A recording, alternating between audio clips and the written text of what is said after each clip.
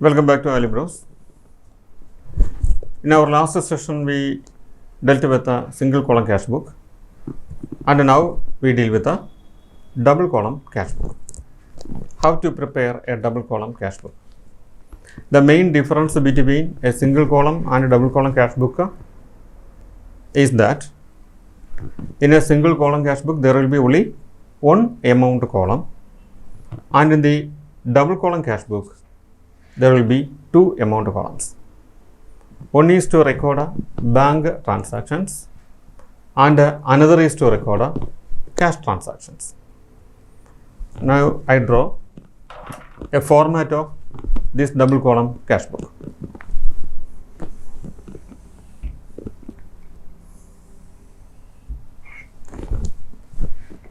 We have to divide the page into two equal parts as usual, and on the left hand side it is the debit side, right hand side is the credit side, and there is a date column on the leftmost, and on the rightmost an amount column.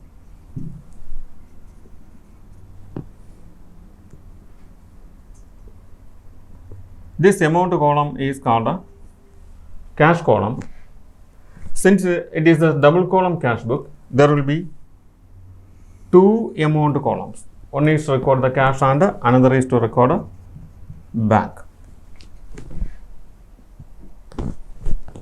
Similarly, on the credit side, date column is there, and one amount column for cash and another amount column to record a bank.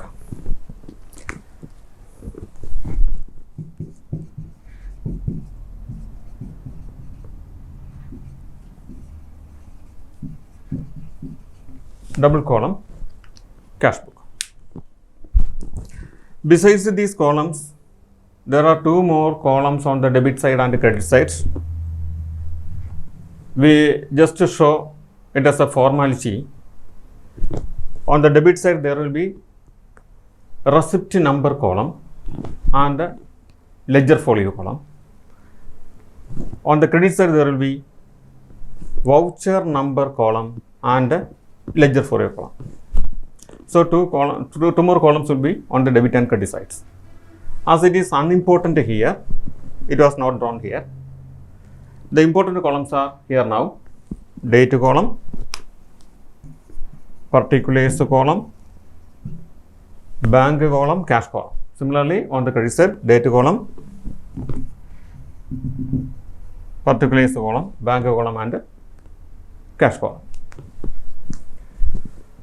Now we deal with the question of how to record in a double column cash book. How the transactions are to be recorded in a double column cash book. For this purpose, we have to consider some transactions, and I write a transaction here.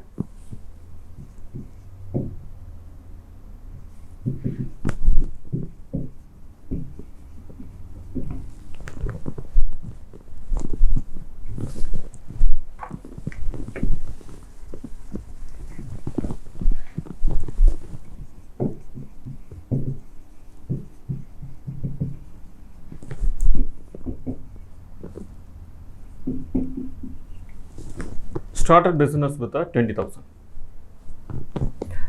When we start business with 20,000, amount comes into the business, and as it's a receipt, it will be shown on the receipt side, means on the debit side as capital. Since cash is invested here, 20,000, started business with 20,000 means started business with rupees 20,000. Cash came into the business. It is to be shown on the cash column. The amount is to be shown on the cash column. And this transaction will not affect the bank. So, the amount will be shown only in the cash column. Consider another transaction. paid into bank 2000. Paid into bank 2000. When we make a payment to the bank, it will affect cash and bank. Because the aspects of this transaction paid into the bank, the aspects of this transaction are cash and bank. Cash is going out from us, and this amount is received by in our bank account. So the transaction journal will be like this: bank account debtor to cash. This is the journal regarding this transaction paid into bank 2000. Bank account will be debited by 2000 and the cash account will be credited by 2000. Since these aspects, the two aspects of this transaction affect cash and bank, the same should be reflected in the double column cash book. Two aspects should be reflected in the cash book. In the bank account, we have to write cash on its debit side to cash.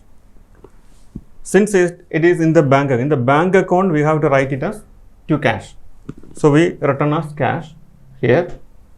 Since it is to be recorded in the bank account, the amount should be shown in the bank column.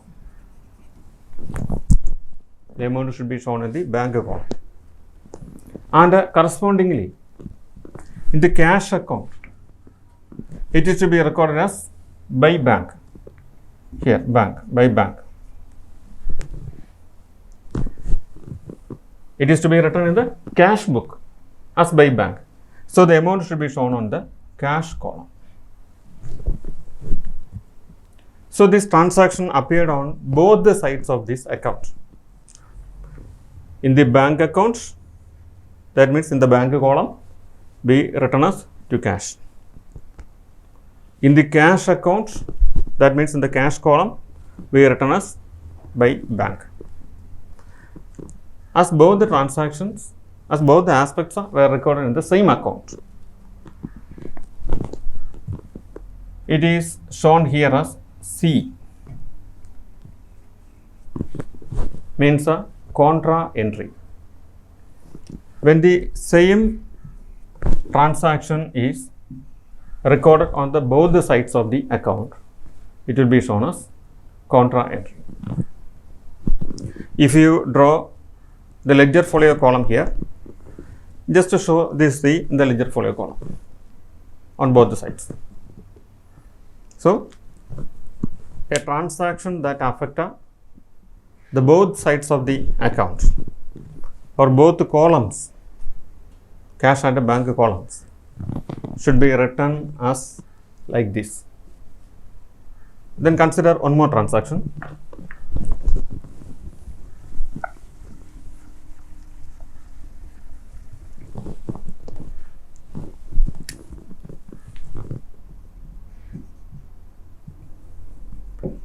Withdraw amount from bank 1000. When 1000 rupees was withdrawn from bank, we take back some amount from our bank account and invested it into our business. Money comes into the business out of our bank account. So this transaction also affects cash and bank aspects. What will be the journal for this? The journal is cash account debtor to bank. Cash account debtor to bank. This is the journal. So in the cash account, means in this cash column, we have to write bank. Bank. In the cash account, means in the cash column, we have to write bank. And the amount is 1000. Similarly, in the bank account, means in this column, bank column, we have to write as cash, 1000. Since both the sides were affected by this transaction, we just show C here, contra entry. So, the transaction withdrew amount from bank 1000 was recorded like this. The aspects of the transaction were cash and bank. The journal is cash account debted to bank, and the cash column, in the cash column, to bank, and the bank column by cash is the process of posting this journal. After writing this, we should consider the balancing process. How to balance these accounts? Here, bank columns are considered together to balance, and cash columns are considered together to balance cash column. First we consider, or first we balance the bank column. On the debit side, bank column total 2000, and the credit side bank column amount is 1000. Where is the highest amount? It is on the debit side. So we write the total on the debit side of the bank column 2000, and correspondingly it will be shown on the credit side of the bank column 2000. Then find the difference. 2000 is here, only 1000 is here, so 1000 is the difference, and 1000 is written like this. And corresponding this amount, we write balance carried down. Thus, we balanced the bank columns. And the next process is to balance the cash columns. Then again, once again consider the total of both sides. On the debit side, 20,000 plus 1,000, 21,000 is the total. On the credit side, only 2,000 is there. So the highest total appears on the debit side. The highest total should be shown here, corresponding to the total of bank column as 21,000. The same total is to be shown on the credit side also, 21,000 corresponding to the level of the total here. Then find the difference. Total is 21,000, 2,000 appears on the credit side, so the balance is 19,000. Should be shown like this, corresponding to balance carried out. After doing this, we have to brought down this amount. Since the balance carried down appears on the credit side, the balance brought down should be on the just opposite side, means on the debit side. On the debit side, we write like this, balance brought down. Cash bank balance is written in the bank column, cash balance is written in the cash column. So that's all with the process of preparation of a double column cash book. And the main points to be considered while the preparation of double column cash book is that there will be two amount columns on both sides, and we should show contra entry signal while writing the journal, the same journal on the debit and credit side of this cash book. Okay, that is the topic that we discussed. And in case of any doubts, you can mail, and your doubts will be always entertained through mail and promptly answered through the mail.